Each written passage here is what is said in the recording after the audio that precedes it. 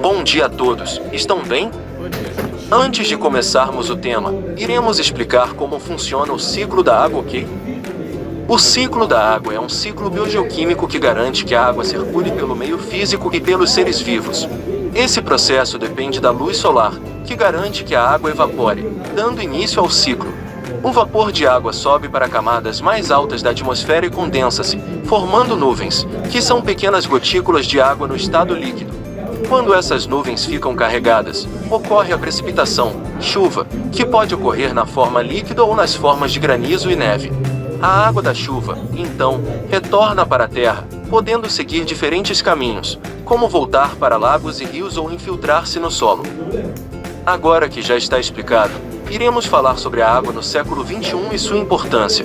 Bom, para começar, a água é fundamental para o Brasil em várias áreas, como agricultura, energia hidrelétrica, biodiversidade e saúde pública. Os recursos hídricos abundantes do país sustentam a agricultura e a produção de energia, enquanto ecossistemas aquáticos importantes dependem da água para preservar a biodiversidade. Além disso, o acesso à água potável é essencial para a saúde pública, mas a qualidade da água se torna cada vez mais degradada em muitas áreas, por problemas como poluição e saneamento inadequado. Com isso, os custos de tratamento da água aumentam e os riscos à saúde pública são potencializados. Mesmo quando a água potável disponível em quantidades suficientes, ela não está à disposição de todos por fatores econômicos que limitam o acesso. Em resumo, a importância da água no século XXI destaca sua relevância em várias áreas e ressalta a necessidade de práticas sustentáveis de gestão dos recursos hídricos.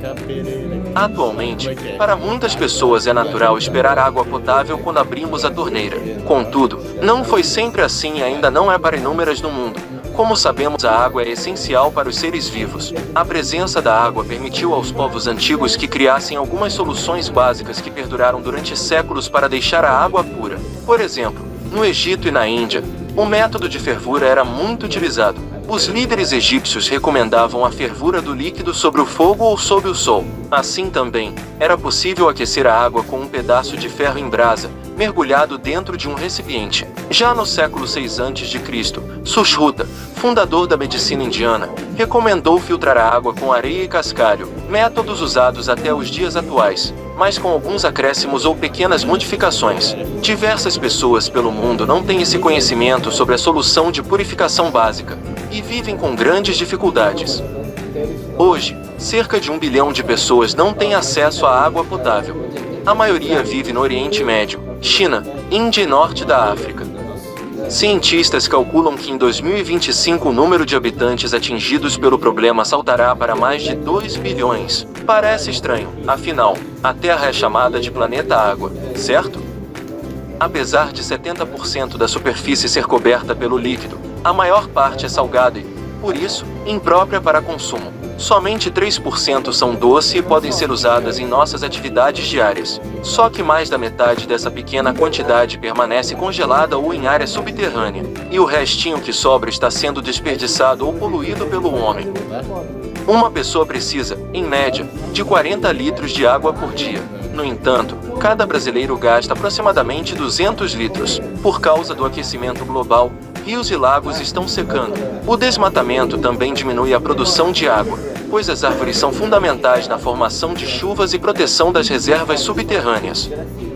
E diante de um consumo desenfreado da água aliado às mudanças climáticas há um risco iminente de escassez dos recursos hídricos. Isso porque o ciclo hidrológico da Terra é impactado pelas mudanças de temperatura da atmosfera. As alterações nesse ciclo aumentam os níveis de vapor de água que ocasiona, por exemplo, a diminuição do regime de chuvas, além de causar 75% dos desastres naturais, tais como tsunamis, tempestades, secas e fortes ondas de calor.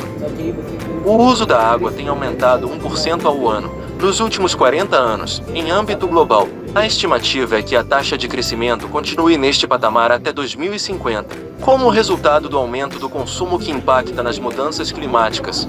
Locais onde há abundância de recursos hídricos hoje, como partes da América do Sul, a África Central e a Ásia Oriental, poderão ter temporadas mais longas de escassez de água. Já em regiões onde a água é escassa, como no Oriente Médio e na África, a tendência é de um cenário ainda pior nos próximos anos. Cerca de 10% da população mundial vive num país onde se chegou a um nível alto ou crítico de estresse hídrico, relação entre a utilização da água e a sua disponibilidade. Por outro lado, cerca de metade da população mundial sofre de escassez severa de água durante parte do ano. Anualmente, pelo menos 1,4 milhão de pessoas, muitas delas crianças, morrem de doenças preveníveis causadas pela baixa qualidade da água ou de seu acesso escasso. Com os impactos das mudanças climáticas, a Amazônia brasileira, por exemplo, apesar de ser tradicionalmente muito úmida, recebendo até 5.000 milímetros de chuva por ano, possui áreas que se tornaram mais áridas, sofrendo um impacto cada vez maior com as estações secas. Vários países já acumulam altos índices de estresse hídrico, sofrendo secas prolongadas mais frequentes e intensas, como é o caso do México, Chile e Peru, e dos países do corredor seco da América Central. Durante o Fórum A Água e as Mudanças Climáticas, promovido pelo Instituto Água Sustentável, IAS em 2021, o doutor em Ciências Naturais com ênfase em desenvolvimento de cenários de ameaça climática para estudos hidrológicos pela Technische Universität Dresden, Alemanha, Pablo Borges de Amorim, afirmou que o aquecimento global já causa grandes tragédias com o descontrole do ciclo hidrológico no planeta e pode piorar as condições de disponibilidade da água. Por razões econômicas, estruturais e sociais, os países desenvolvidos consomem muito mais água do que os subdesenvolvidos e emergentes, tanto nas práticas econômicas quanto no uso direto individual. Para se ter uma ideia, em alguns países subdesenvolvidos a maior parte dos habitantes convive com apenas 15 litros por dia, o que revela as grandes desigualdades econômicas e sociais existentes ao redor do mundo. Por vezes, quem vive em países neste estado, é necessário caminhar mais de 6 quilômetros por dia para ter acesso à água potável.